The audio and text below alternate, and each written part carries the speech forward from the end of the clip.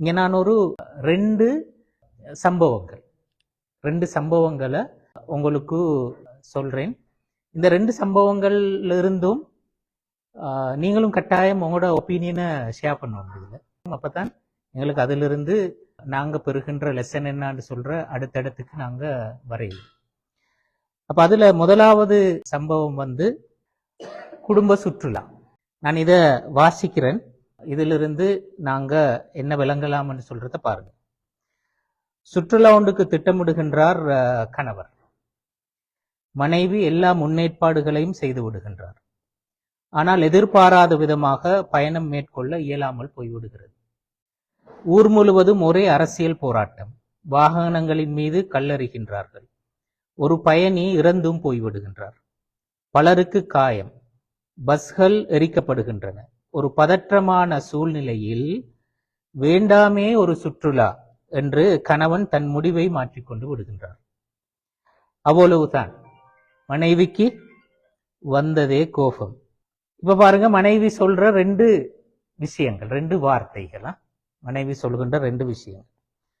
போடுகின்ற எந்த திட்டத்தையாவது நீங்க உருப்படியா செய்து முடித்தது? எத்தனை தடவை இது போல ஏற்பாடு செய்து பின்பு அதனை கேன்சல் செஞ்சுக்கிறீங்க?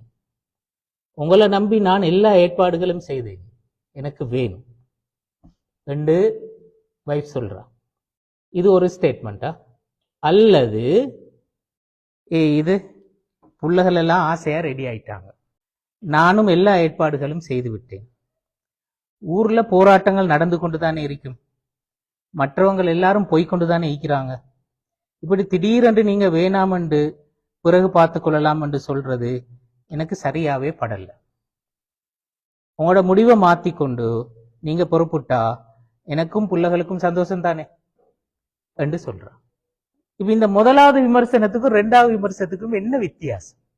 இந்த ரெண்டு மாதிரியும் உங்களோட வைஃப் மாருகிட்ட நீங்க டோஸ் எடுத்திப்பீங்களே, இந்த ரெண்டு டோஸுக்கும் இடையில வித்தியாசம் என்ன? ரெண்டாவது அதுல ஒரு சாஃப்ட்னஸ் ஒன்று இருக்குது, ஒரு கைண்ட்னஸ் ஒன்று இருக்குது, ஒரு இறக்கம் இருக்குது, ஒரு மிருதுவாக அதை இது பண்ணிக்கிறான். ஓகே, முதலாவது அப்படி இல்லை. ஹை வேற சில விஷயங்களை ஓப்பன் அப் ஆனா மட்டும்தான் அதுக்குரிய சொல்யூஷனும் வரும், அடுத்தாக்களும் லேர்ன் பண்ணி கொள்வாங்க. அப்ப ஒரு மனுஷன் அவனோட குடும்ப வாழ்க்கையில ஒரு வருஷம் 2 வருஷம் 3 வருஷம் 4 வருஷம் ஒரு 20 வருஷம் 30 வருஷம் குடும்ப வாழ்க்கையில கடந்துட்டானண்டா அவரோட எக்ஸ்பீரியன்ஸ் இருக்கிறது தானே. அந்த எக்ஸ்பீரியன்ஸ விடவும் சிறந்த கவுன்சிலிங் இந்த உலகத்துல வேற எதுவும் இல்லை. அதுதான் பெஸ்டான விஷயம். ஏன்னா அதுதான் ஒரு மனுஷன் லைஃப்ல பிராக்டிஸ். நாங்க நிறைய தியரிகள் படிக்கிறோம் தானே, 1000 தியரிகள் படிக்கிறோம். அது நிர்வாகத்திலே அறிக்கையிலும், தவ்வாவிலே அறிக்கையிலும், குடும்பவியலே அறிக்கையிலும், எல்லாத்திலுமே நிறைய விதிகள் கோட்பாடுகள் என்று சொல்லி நிறைய தியரிஸ் நாங்க படிக்கிறோம். அந்த எந்த தியரியையும் 100% எந்த இடத்திலுமே அப்ளை பண்ணிடலாம். ஒரு மனுஷன் அதிலிருந்து நான் என்ன அண்டர்ஸ்டாண்ட் பண்ணி கொள்றேன் என்று சொல்றதை எடுத்து அவன் ஒரு பிராக்டிஸ் ஒன்று செய்வான். அவன் செஞ்சு அவன் அந்த பிராக்டிஸ் அந்த மாடல் இருக்கிறது தானே, அதுதான் இந்த உலகத்துல ஆக சக்சஸ் ஆன விஷயம்.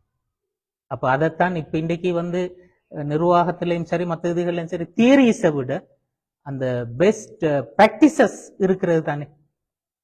நான் வாழ்ந்த இந்த குடும்ப வாழ்க்கையோட அந்த அனுபவம் என்று சொல்றது இதுதானே, அதுதான் இன்னொரு ஆளுக்கு மிகப்பெரிய லெசன் தியரிகளை விட. இப்ப நாங்க படிக்கிறதெல்லாம் தியரி தான், ஆனால் உங்களோட அனுபவத்தை சொல்லுங்க, எந்த பிரச்சனையும் இல்லை. ஃபர்ஸ்ட்ல ஒரு பிளேமிங் ஒன்று இருக்கிறேன், ரெண்டாவது ஒரு டிஸ்கஷன் டோன் உண்டு அதுல இருக்கிறது. ஓகே, இப்ப முதலாவதுலேயும் அவ போகணும்னு தான் சொல்றான், ரெண்டாவதுலேயும் போகணும்னு தான் சொல்றான், ரெண்டுலேயும் போகணும் தான். அந்த முடிவுல சேஞ்ச் இல்லை. அது போகணும்ன்றத அங்க சொல்ற மெத்தட் உண்டு, இங்க சொல்ற மெத்தட் இன்னொன்று. சரி வாங்க, நீங்க சொன்னீங்க தானே, ஏதாவது நீங்க தான் பொறுப்பு, வா போ ரெண்டு கூட்டிட்டு போறதுக்கு வாய்ப்பு இருக்கு. ஓகே ஹை, இப்ப இவங்க ட்ரிப் போறாங்களா இல்லையான்றது எங்களுக்கு முக்கியம் இல்லை, ஆனா இதில் இருக்கின்ற இந்த வார்த்தையாடல் ஒழுங்கில் இருக்கின்ற ஒரு முக்கியமான விஷயம் என்னன்னா, இதுல இந்த முதலாவது கமெண்ட் கணவனுடைய செயலையல் அவ விமர்சிச்சது. எதை விமர்சிச்ச?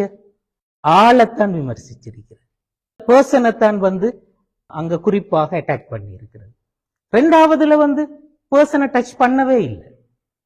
டச் பண்ணது அந்த அந்த அந்த வேலையைத்தான், எடுக்கப்பட்ட அந்த அந்த முடிவை சம்பந்தமாகத்தான் அவ அதுல பேசியிருக்கிறார்.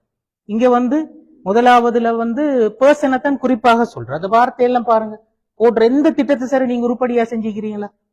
செஞ்சில்ல. எத்தனை தடவை இது போல செஞ்சு அதெல்லாத்தையும் கேன்சல் பண்ணிக்கிறீங்க. உங்களை நம்பி இப்படி ஒன்று செஞ்சா எப்படி என்று சொல்ற நேரத்தில் அங்க போக்கஸ் முழுக்க முழுக்க அந்த ஆள்.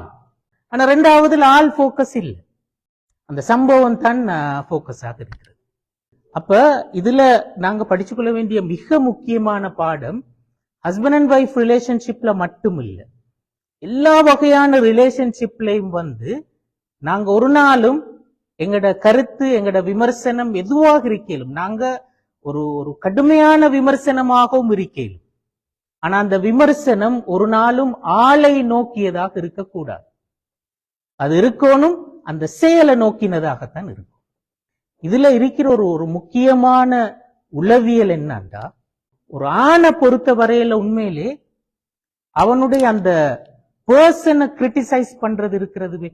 இதுல சொன்னது மாதிரி எதையும் நீங்க உருப்படியா செய்வீங்களா என்று சொல்லி அந்த கேட்கிற அந்த கேள்வி இருக்கிற ஒரு மனைவி கணவனை பார்த்து இப்படி ஒரு கேள்வி கேட்டல் என்று சொல்றது. சாதாரணமாக அந்த ஒரு கணவனுக்கு மனைவி இப்படி ஒரு கமெண்ட் சொல்லுவாராக இருந்தால், அதாவது நீங்க ஒன்றுக்கும் பிரயோசனம் இல்லை, நீங்க லாயக்கு இல்லாத ஒரு ஆள், உருப்படி இல்லாத ஒரு ஆள், உங்களுக்கு ஏலா என்று சொல்ற அந்த அப்படி ஒரு இம்ப்ரெஷனை நாங்க ஒரு மனைவி கணவனுக்கு கொடுப்பார் என்று சொல்லி இருந்தா, ஒரு ஆண் முழுமையாக உடைஞ்சி போற இடம் அதுதான். அப்ப இந்த இடத்துல உள்ள அந்த மறுதலையான ஒரு சைக்காலஜி என்னன்றா நீங்க பார்க்கலும், ஒரு ஆணை பொறுத்தவரையில் உண்மையிலே அவன் எப்ப மோட்டிவேட் ஆகுவான், அவன் ஒரு விஷயத்தை மிச்சம் உந்துதலோட இன்ட்ரெஸ்டாக எப்ப முன் செய்வான். மோட்டிவேட் ஆகுறதுக்கான மிக முக்கியமான இது என்ன தெரியுமா? அடுத்த ஆட்களுக்கு நான் தேவை, நான் ஒரு பெருமதியான ஒரு ஆள், எனக்கு என்ன எல்லாருக்கும் தேவை, நான் ஒரு முக்கியமான ஒரு ஆள் என்று சொல்ற ஃபீல எப்ப அவன் எந்தெந்த இடங்கள்ல எல்லாம் பெறுகின்றான், அந்த இடத்தில் அவன் ஆக கூட ஆக்டிவாக இருப்பான். அப்ப குடும்பத்துல மனைவியோட பிள்ளைகளோட ஒரு கணவன் எப்ப ஆக்டிவாக இருப்பாரு, அவங்களோட அந்த அன்பை எப்ப அவர் தாராளமாக பரிமாறுவார், எல்லா விஷயத்துக்கும் எப்ப அவர் அந்த ஒரு பாசிட்டிவான ரியாக்ஷனை கொடுப்பார் என்றா மனைவி தரப்பிலிருந்து அந்த ஃபீல கணவனுக்கு கொடுக்கலுமா?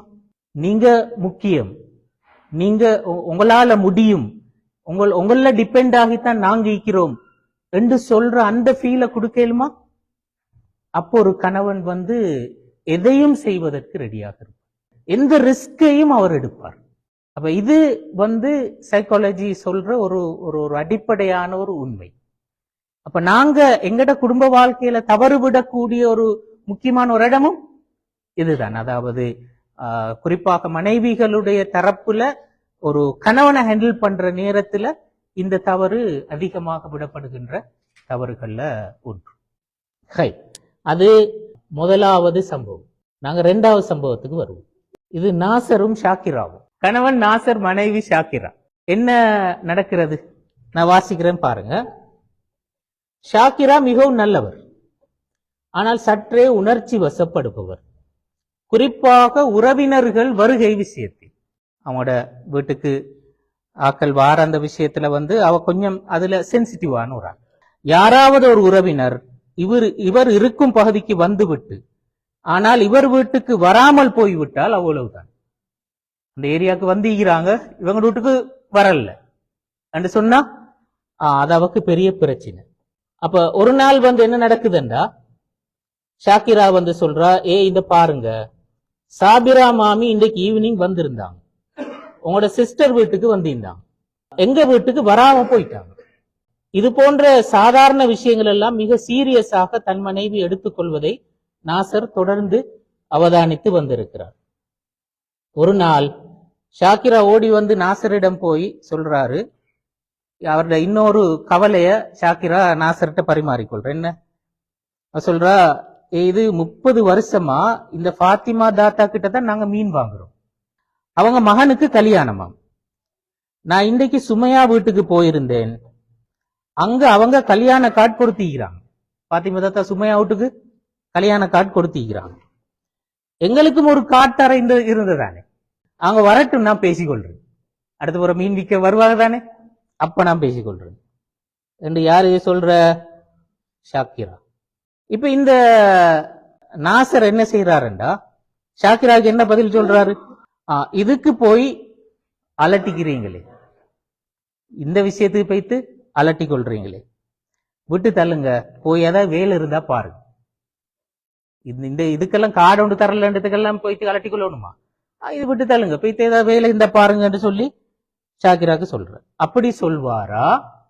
அல்லது அதானே பாருங்களே, உங்களோட பாப்பா காலத்துல இருந்து நீங்க இவங்க கிட்ட தானே மீன் வாங்குறீங்க, என்ன இருந்தாலும் உங்களுக்கு காட்டு தராதது தவறுதான், இப்படி சொல்வாரா? இந்த ரெண்டுல எது மிச்ச பொருத்தமானதுன்னு நீங்க நினைக்கிறீங்க? நம்பர் 1 தான். அவ வேலையை பாருங்கன்னு சொன்னா அந்த வீட்டுல ஏதாவது வேலைக்கு அது சொல்லப்படாது. ஓகே, பொய்க்கு சரியா 2 தான் சொல்லணும். மனசுல இருக்கிற முதலாவது தான் அது சரி. சாதாரணமா உங்களோட எக்ஸ்பீரியன்ஸ்ல நீங்க எதை சொல்லுவீங்க? முதலா தான் சொல்லுவீங்க. நீங்க முதலா தான் சொல்லுவீங்க. நீங்களும் முதலா தான் சொல்லுவீங்க. முதலாவது தான். ஓகே, உங்களோட சைட்ல இது ரெண்டு எப்படி பாக்குறீங்க? இதுல எந்த ஆன்சர் உங்களுக்கு கம்ஃபர்டபிள்? ரெண்டாவது. முதலாவது ஆன்சர் சொன்னா நீங்க என்ன ஃபீல் பண்ணுவீங்க? உங்களோட உணர்வை மதிக்கணும். இதுதான் உள்ள முக்கியமான விஷயம். இப்ப அவ சொன்ன அந்த பாயிண்ட் தான். இப்ப இங்க நாங்க சம்பவத்திலையும் சொன்னோம், ஷாக்கிரா கொஞ்சம் சென்சிட்டிவான ஆள். அவக்கு அப்படி விசிட்டர்ஸ் வராம போனா அப்படி இப்படி அந்த மாதிரி விஷயம் எல்லாம் அவக்கு சரியான எஃபெக்ட் ஆகுது. சென்சிட்டிவான ஒருத்தர்.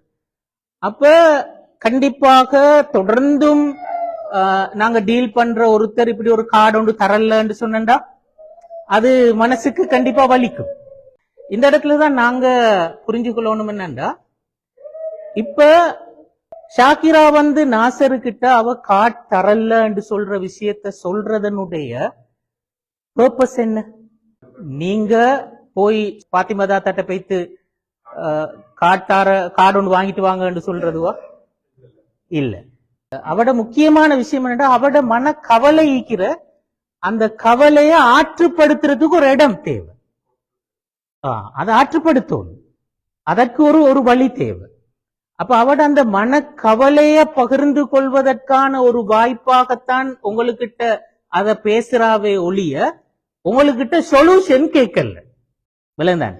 இப்படி வந்திருக்கிற இதை நாங்க விட்டு போடுறது நல்லமா அல்லது ஃபைட் பண்றது நல்லமா என்றதுவா அவட கேள்வி. இதுக்கு ஃபைட் பண்ணி நாங்க கார்டு எப்படி சரி எடுத்துக்கொள்ளணும் என்றதுவா அவட கேள்வி. அல்லது இத விட்டு போட்டு சும்மா இருக்கிறது நல்லமா, என்ன செஞ்சா நல்ல, இதுவா அவட கேள்வி இல்ல. அவ பேசினதனுடைய பர்பஸே அவட அந்த மன கவலைக்கு அவக்கு ஒரு மருந்து தேவை. சாதாரணமாக பெண்கள் மனசு கவலைப்பட்டாங்கன்னு சொன்னா அல்லது அவங்க ஒரு டென்ஷன்ல இருந்தாங்கன்னு சொன்னா, ஒரு வொரியில் இருந்தாங்கன்னு சொன்னா அவங்களுக்கு தேவை அந்த வொரிய அவங்க இல்லாமலாக்குறது, அவங்களுடைய டென்ஷனை இல்லாமலாக்குறதுக்கான ஒரே வழி பேசுறது தான். அத பேசுறது. ஆண் டென்ஷனாக இருக்கிற நேரத்துல சைலண்ட் ஆகுவான், பெண் டென்ஷனாக இருக்கிற நேரத்துல ஓபன் அப் ஆகுவான், பேசுவான். இன்னொரு ஆளோட பேச பேச பேசத்தான் அவ கூல் டவுன் ஆகுவான். அதாவது ஏண்ட வலி என்ன, ஏண்ட பிரச்சனை என்னன்றத அண்டர்ஸ்டாண்ட் பண்றார் என்று சொல்லி இருந்தா, அவர் புரிந்து கொள்கின்றார் என்று சொல்லி இருந்தா உடனே அவர் ரிலாக்ஸ் ஆயிடுவார், எந்த பிரச்சனையும் இல்லை. நீங்க இந்த ரெண்டாவது ஆன்சரை சொன்னா அதானே பாருங்க, அவக்கு தேவையில்லாத வேலை, நாங்க அதை பத்தி யோசிக்க தேவையில்ல, உங்களுக்கு டீ வேணுமா சொல்லி போய்த்து டீ ஊத்த ரெடி ஆகுவா. நீங்க முதலாவது ஆன்சரை சொன்னா அன்றைக்கு டீயே இல்லை உங்களுக்கு. சாதாரண விஷயத்துல சொல்றேன். இயல்பாக ஒரு வைஃப் வெளிப்படுத்தக்கூடிய அந்த லவ் அண்ட் எஃபெக்ஷன், அதன் அடிப்படையில் அந்த டீ வராது. அப்ப இந்த விஷயம் ஆக முக்கியம். அந்த பெண்ணினுடைய மன உணர்வை நாங்க சரியாக அண்டர்ஸ்டாண்ட் பண்ணி கொள்றது, அவட தேவை என்ன என்று சொல்றத நாங்க சரியாக அண்டர்ஸ்டாண்ட் பண்ணி கொள்றது. அதை அண்டர்ஸ்டாண்ட் பண்ணி அதுக்குத்தான் நாங்க ரியாக்ட் பண்ணணுமே ஒழிய எங்கட அந்த மனோநிலைக்கல்ல. பொதுவாக ஆண்கள் ஆணுடைய மைண்ட் செட் எப்படி வேலை செய்கிறதுண்டா, ஒருத்தர் ஒரு ப்ராப்ளத்தை முன்வைக்கிறார் என்று சொல்லி இருந்தா அவருடைய மைண்ட் உடனே என்ன செய்யும், அதுக்குரிய சொல்யூஷன் என்னன்றதை பத்தி தான் யோசிக்கும். அநேகமாக ஆண்கள் அப்படித்தான் திங்க் பண்ணுவார். அப்ப வைஃப் சொல்ற நேரத்திலேயும் அவர் அதுக்கு சொல்யூஷன் தான் சொல்ல ரெடி ஆகுவார். ஆனா வைஃபுக்கு தேவை சொல்யூஷன் அல்ல, வைஃபுக்கு தேவை ஆறுதல். அதான் முக்கியம். நாங்க பொதுவாக குர்ஆன் பெண்களை பத்தி பேசுகின்ற பல சந்தர்ப்பங்கள்ல பெண்கள் கவலைப்படாமல் இருப்பதற்காக என்று சொல்ற அந்த விஷயத்தை குறிப்பாக அடையாளப்படுத்தி இருக்கிறது. கவலை என்று சொல்ற விஷயத்தையும் பெண்களையும் சம்பந்தப்படுத்தி குர்ஆன் பல இடங்கள்ல பேசி இருக்கிறது. என்னடா கவலை என்று சொல்றது ஒரு பெண்ணினுடைய உள ஆரோக்கியத்தை, உடல் ஆரோக்கியத்தை ரெண்டையுமே பாதிக்கும்.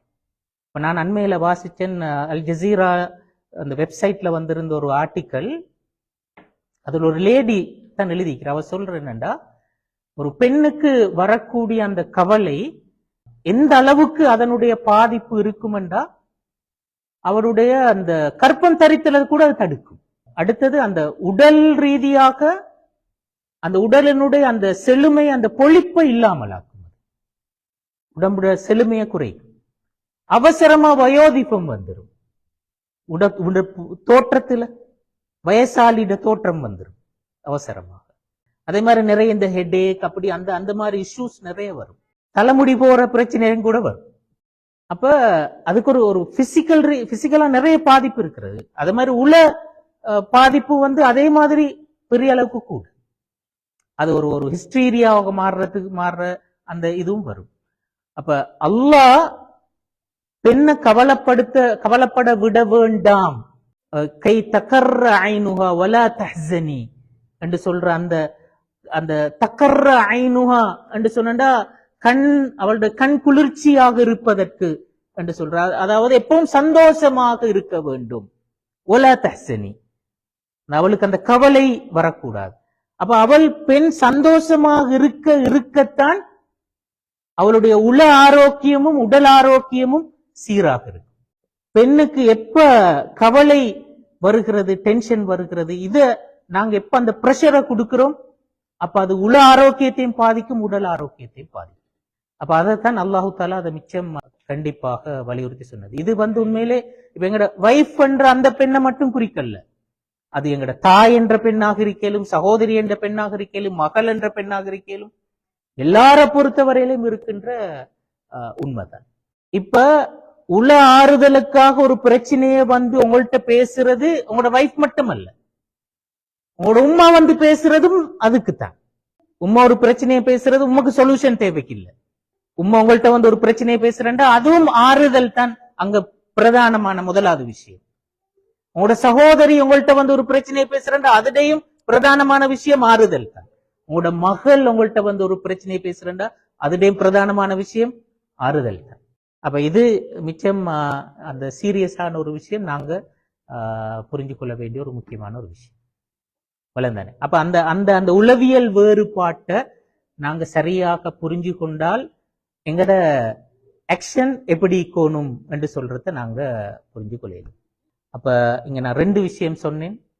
ஒன்று பெண்கள் படிச்சு கொள்ள வேண்டிய ஒரு பாடம், அதே மாதிரி ஆண்கள் படிச்சு கொள்ள வேண்டிய ஒரு பாடம். அந்த 2 சப்ஜெக்டோடையும் இன்ஷா அல்லாஹ் நாங்க இன்றைய நாள் எங்கட அமர்வை பொதுமாய்க் கொள்வோம்.